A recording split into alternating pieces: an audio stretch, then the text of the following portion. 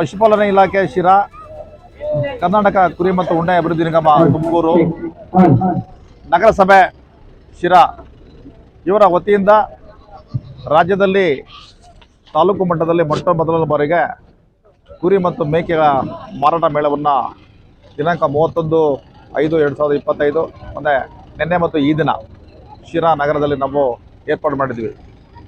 ಇದರ ಮೂಲ ಉದ್ದೇಶ ಇಷ್ಟೇ, ನಮ್ಮ ಇತ್ತೀಚಿನ ದಿನಗಳಲ್ಲಿ ರೈತರು ಬಕ್ರೀದ್ ಹಬ್ಬಕ್ಕಾಗಿರೋ ಓತಗಳನ್ನು ಮತ್ತು ಟಗರುಗಳನ್ನು ಉತ್ತಮ ರೀತಿಯಲ್ಲಿ ಸಾಕಾಣಿಕೆ ಮಾಡಿ ಅದನ್ನು ಬೆಂಗಳೂರಿಗೆ ತಗೊಂಡೋಗಿ ಮಾರಾಟ ಮಾಡುವ ಒಂದು ಪದ್ಧತಿ ಇತ್ತೀಚಿನ ದಿನಗಳಲ್ಲಿ ಇದೆ.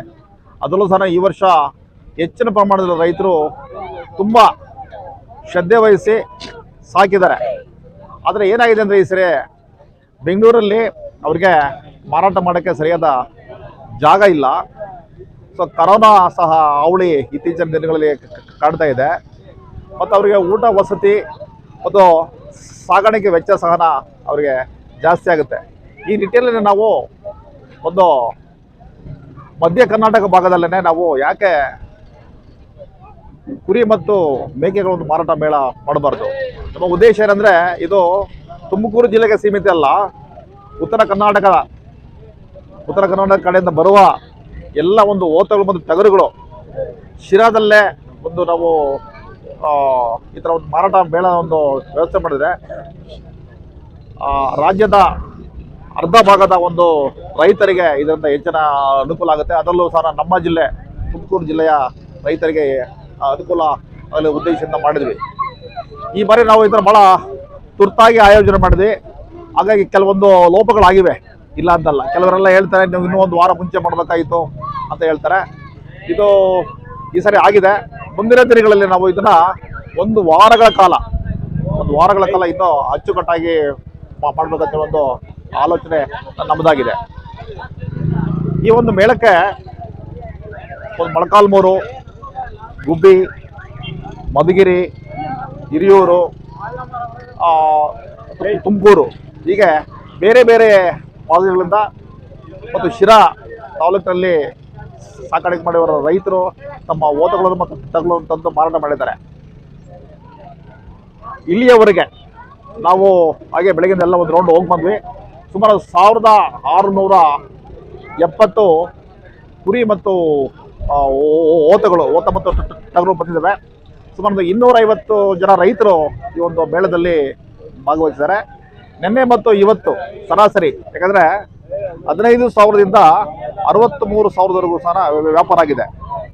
ಇದ್ರ ಪ್ರಕಾರ 1,10,00,000ದಷ್ಟು ವಹಿವಾಟು ನಿನ್ನೆ ಮತ್ತು ಇವತ್ತು ಆಗಿದೆ. ಈಗಲೂ ಸರ್ ನನಗೆ ಬೆಂಗಳೂರಿಂದ ಕೆಲವೊಂದು ಜನ ಫೋನ್ ಮಾಡಿದರು, ಸರ್ ನಾವು ಬರ್ತಾ ಇದ್ದೀವಿ ಅಂತ ಹೇಳಿದರೆ ಗ್ರಾಹಕರು ಬೆಂಗಳೂರಿಂದ ಮತ್ತು ತುಮಕೂರಿಂದ ಬರ್ತಾರೆ.